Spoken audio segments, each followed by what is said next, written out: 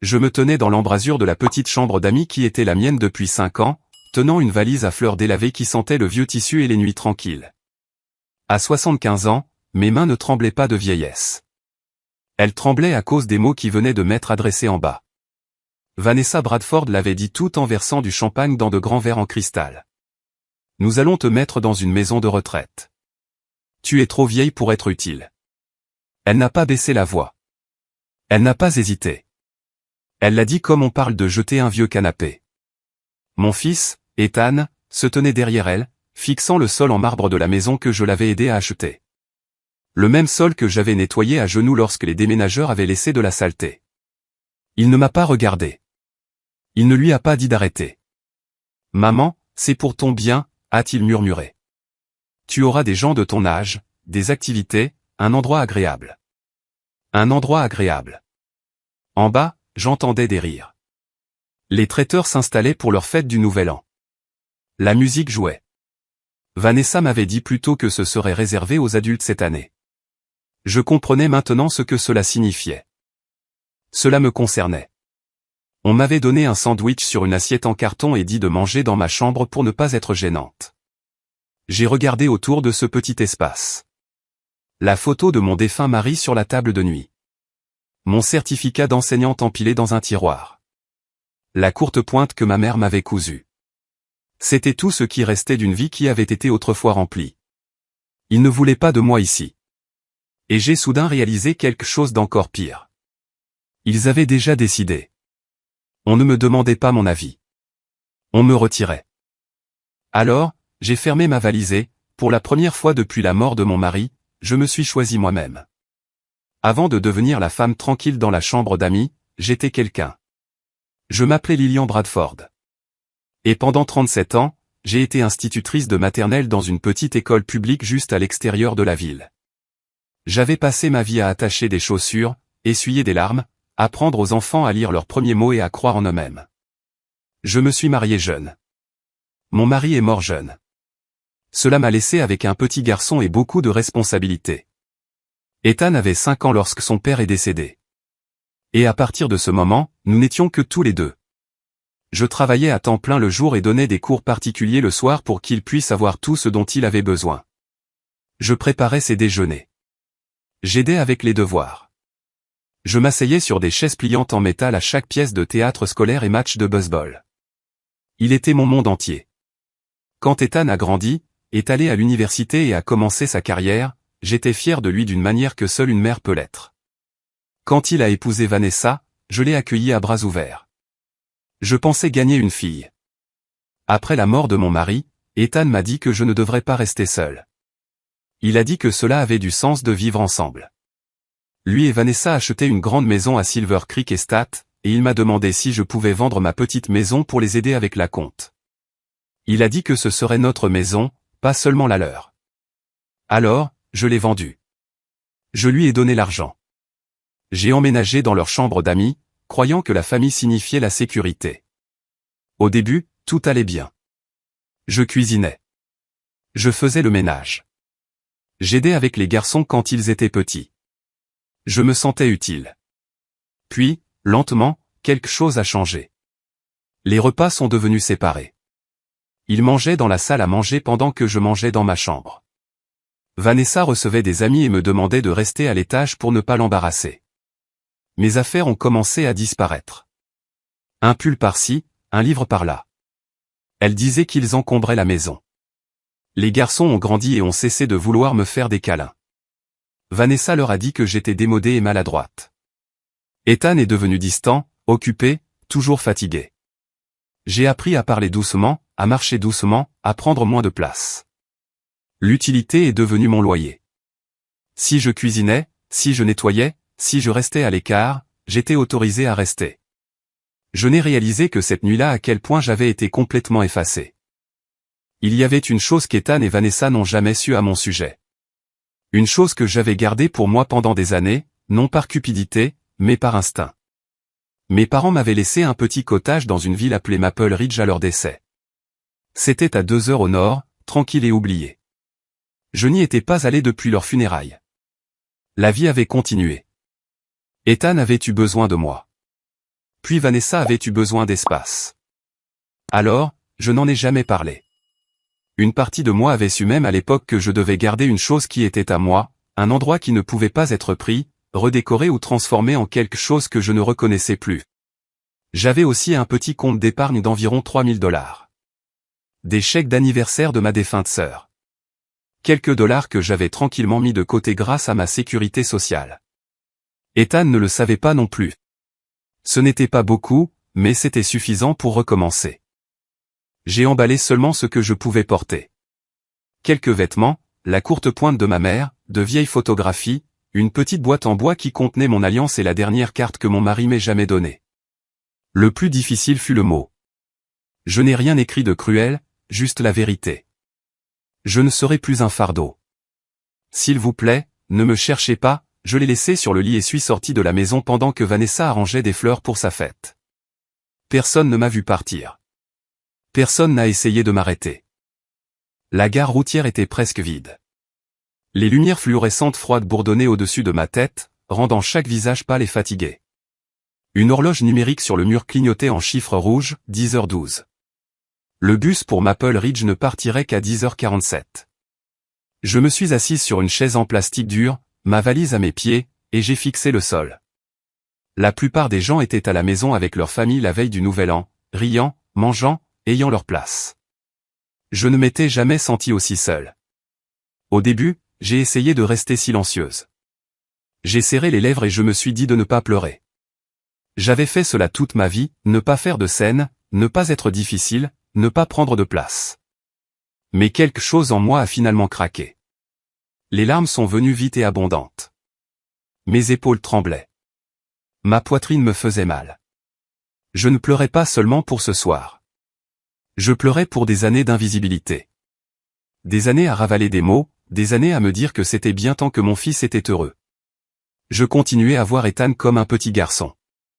La façon dont il courait dans mes bras après l'école, la façon dont il m'avait dit un jour que j'étais la personne la plus forte qu'il connaissait. Quelque part en chemin, ce garçon avait disparu. « Maman, vous allez bien ?» J'ai levé les yeux et j'ai vu une jeune femme debout devant moi.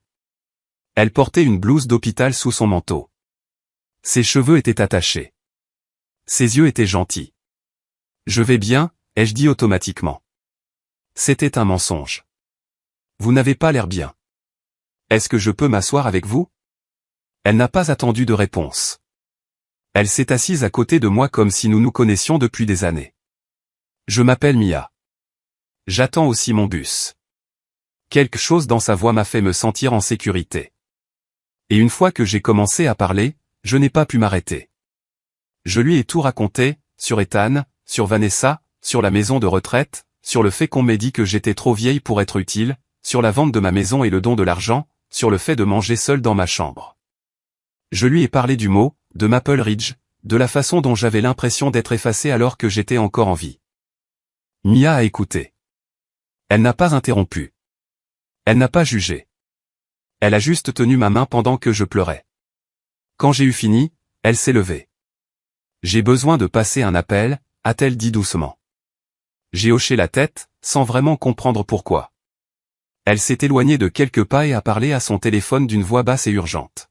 « Papa, je l'ai trouvé. »« Oui, je suis sûr qu'elle est ici, à la gare routière. » Mon cœur a bondi. Mia est revenue et s'est assise à nouveau à côté de moi. « De l'aide arrive », a-t-elle dit.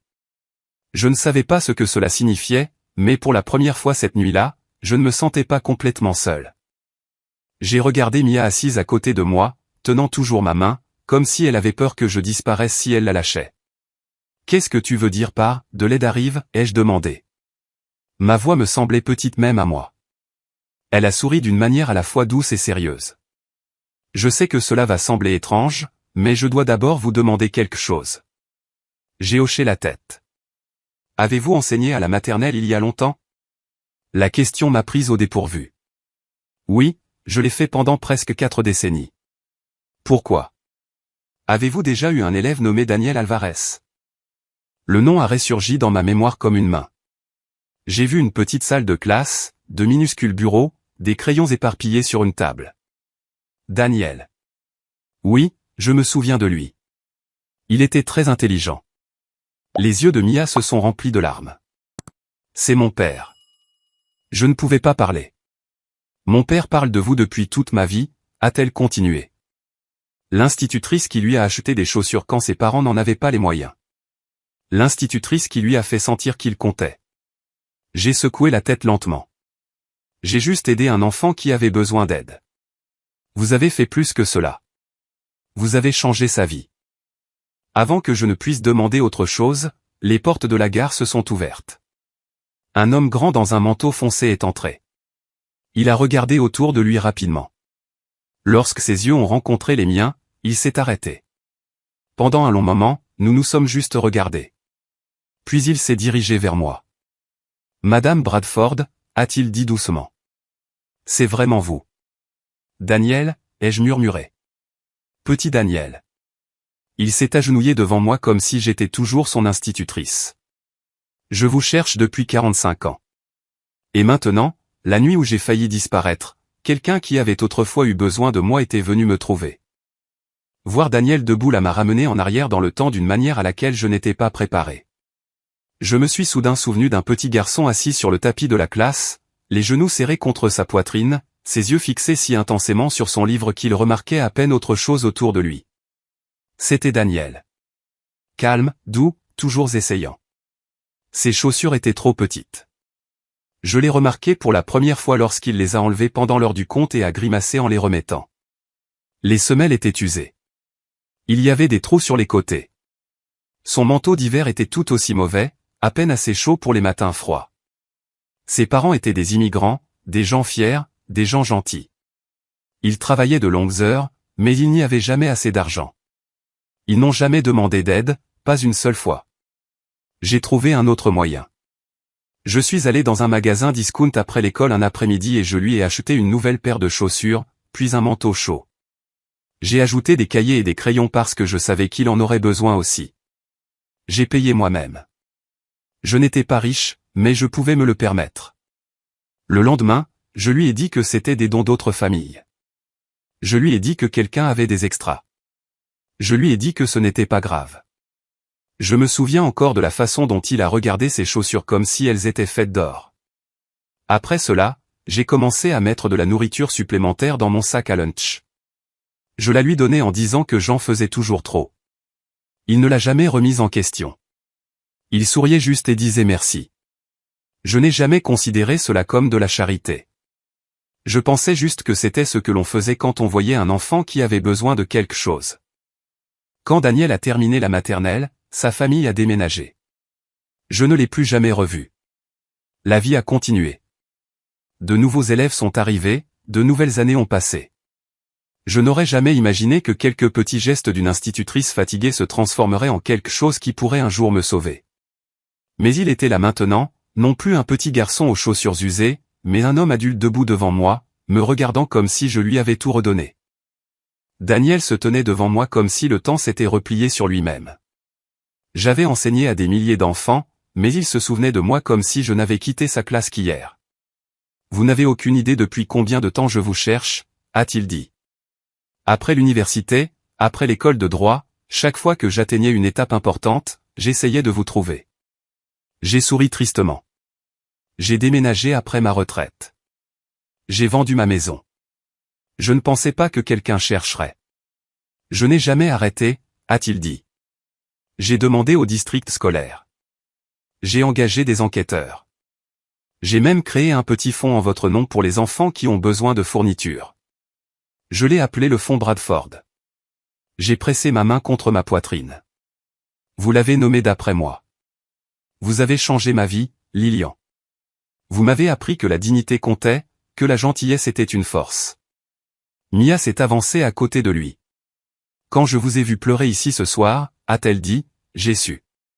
Papa m'a raconté votre histoire 100 fois. Je savais que je devais demander. Daniel m'a regardé doucement.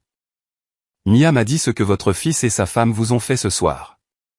Ma honte a essayé de monter, mais il l'a arrêté d'un regard. Personne n'a le droit de vous traiter comme ça. Jamais. Je ne veux pas d'ennui, ai-je murmuré. Je voulais juste un endroit où aller. Alors vous viendrez avec nous, a-t-il dit. Ma femme prépare déjà une chambre. Vous serez en sécurité là-bas. J'ai secoué la tête.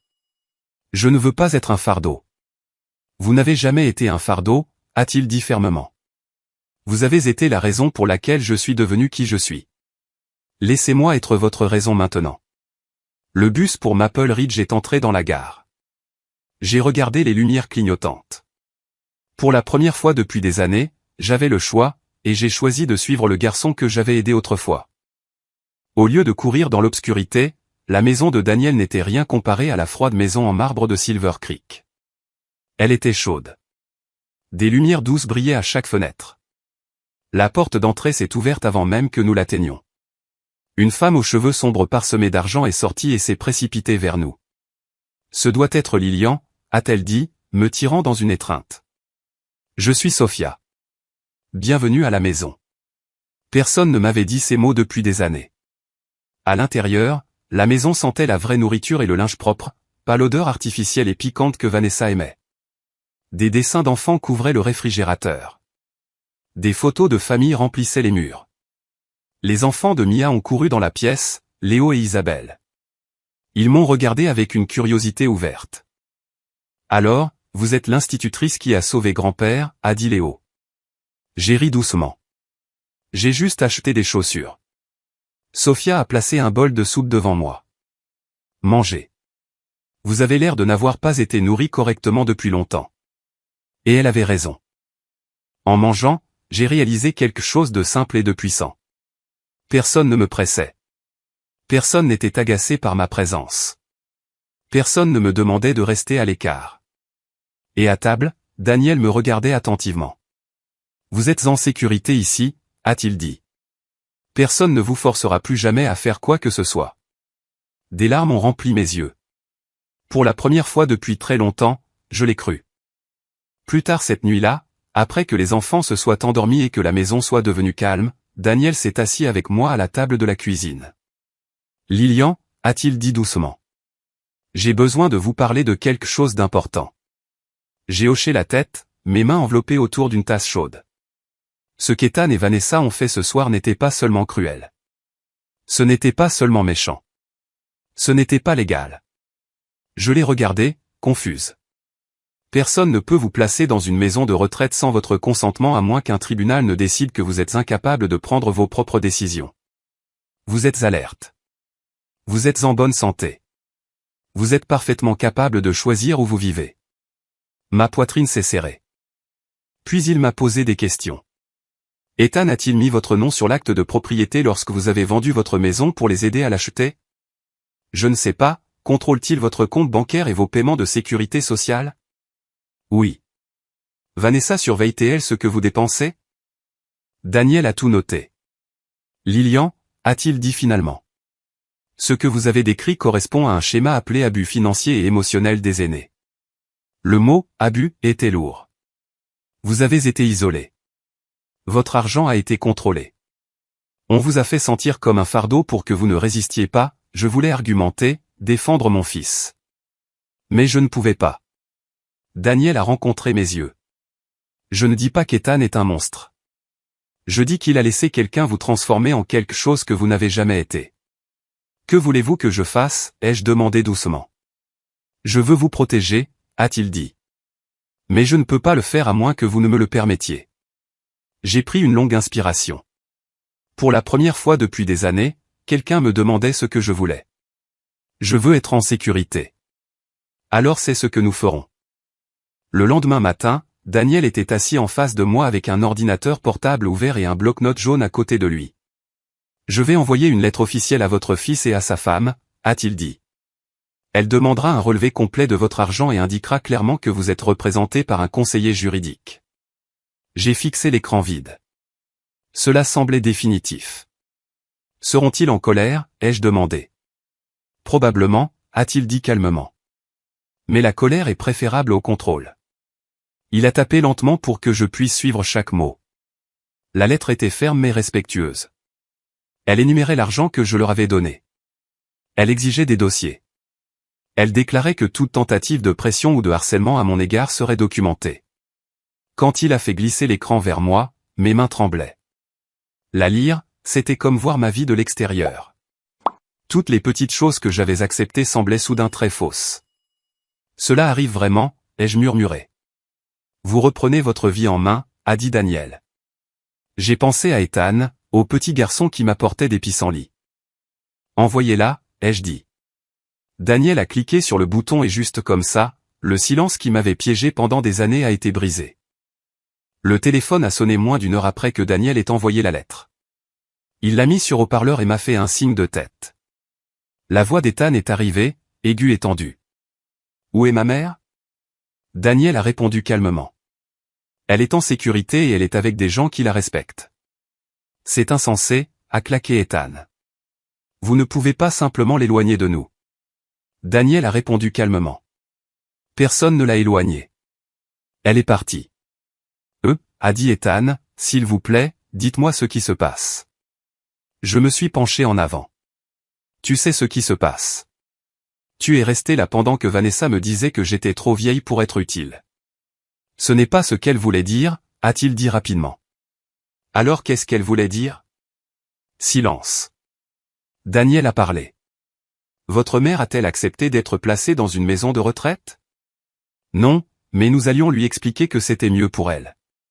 Donc, vous prévoyez de décider de son avenir sans son consentement. La voix d'Ethan affaiblit. Nous essayons d'aider. Vous essayez de vous débarrasser de moi, ai-je dit. Il y a une différence.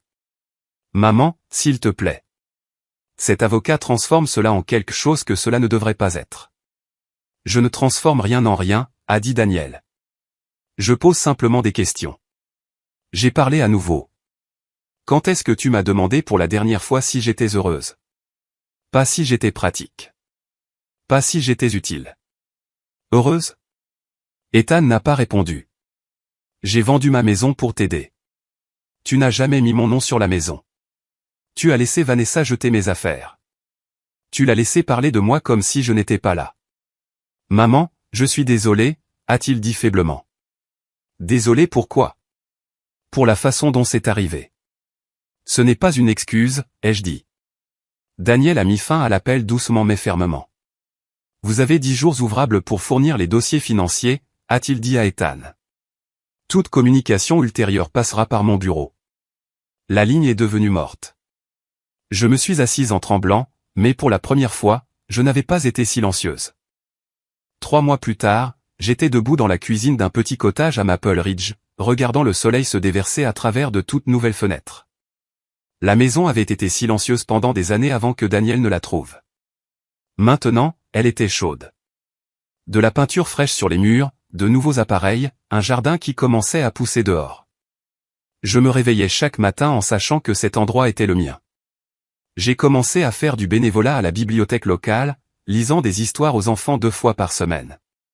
Le rire remplissait la pièce. Cela me rappelait qui j'avais toujours été. Mon voisin m'apportait du pain cuit. Les gens me saluaient quand je passais. Daniel et Sophia venaient tous les dimanches avec Mia et les enfants. Léo et Isabelle m'appelaient grand-mère Lilian. Maintenant, je les laissais faire. J'avais mon propre compte bancaire, mes propres clés, mes propres choix. Je ne me cachais plus dans une chambre d'amis. Je vivais.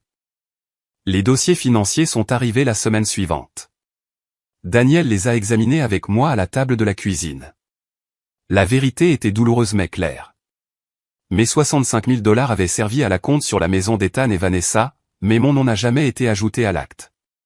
Ma sécurité sociale avait été utilisée pour de nouveaux meubles, des vacances, les frais de scolarité de l'école privée, des choses dont je n'ai jamais été invité à profiter. Je me suis senti stupide de leur avoir fait confiance. Daniel a secoué la tête. Vous n'étiez pas stupide. Vous étiez aimante. Il y a une différence. Un accord formel a suivi. 78 000 $ m'ont été restitués. Mon argent plus les intérêts. Aucune excuse n'est venue avec. Mais je n'en avais plus besoin. Pour la première fois depuis des années, mon avenir était entre mes mains. Un après-midi tranquille, on a frappé à ma porte à Maple Ridge. Quand j'ai ouvert, Ethan se tenait là. Il avait l'air plus petit que dans mes souvenirs. Plus mince, fatigué. « Salut, maman » a-t-il dit doucement. Nous nous sommes assis dans le salon sans parler pendant un long moment. Vanessa est partie, a-t-il finalement dit. La maison est en vente. Les garçons me parlent à peine. Je ne savais pas quoi dire. Je t'ai vu disparaître dans notre maison, a-t-il dit. Et je me suis dit que c'était bien, que tu allais bien, mais ce n'était pas le cas. Tu rapetissais à cause de nous. Sa voix s'est brisée. Je suis désolé, maman. Pas pour la façon dont c'est arrivé, pour ce que j'ai fait. Je suis désolé d'avoir pris ton argent et de ne pas t'avoir protégé. Je suis désolé d'avoir laissé ma femme t'humilier. Je suis désolé d'être resté là et de n'avoir rien dit quand elle t'a traité d'inutile. Des larmes coulaient sur son visage. J'ai oublié qui tu étais. J'ai oublié qui m'a élevé. Il m'a dit qu'il enseignait maintenant, qu'il était en thérapie. Il a écouté. Je ne laisserai plus personne me rendre petite, ai-je dit. Je sais, a-t-il répondu. Et je ne te le demanderai pas, nous avons convenu de prendre les choses lentement. Il est parti tranquillement, mais quelque chose avait changé. Aujourd'hui, je me tiens dans ma cuisine à Maple Ridge, regardant un jardin qui commence tout juste à fleurir. Pendant longtemps, j'ai cru que l'amour signifiait endurer tout ce que les gens me donnaient, même quand ça faisait mal, même quand ça me faisait disparaître. Mais j'ai appris quelque chose d'important. La dignité n'est pas quelque chose que vous gagnez en étant utile. C'est quelque chose avec lequel vous êtes né. Être vieux ne vous rend pas jetable. Être silencieux ne vous rend pas invisible. Être gentil ne signifie pas que vous méritez d'être exploité. Parfois, les gens qui essaient de vous mettre à l'écart sont ceux qui ont peur de ce que vous représentez. Un rappel de leurs propres échecs, de leur propre manque de loyauté. Et parfois, la plus petite gentillesse que vous ayez jamais donnée revient des décennies plus tard pour vous sauver quand vous en avez le plus besoin. Si vous étiez à ma place, qu'auriez-vous fait? Serez-vous resté silencieuse ou vous serez-vous choisi? Dites-moi dans les commentaires d'où vous regardez et quelle partie de cette histoire est restée avec vous. Si cette histoire vous a ému, veuillez aimer et la partager avec quelqu'un qui a besoin de l'entendre. Et n'oubliez pas de vous abonner.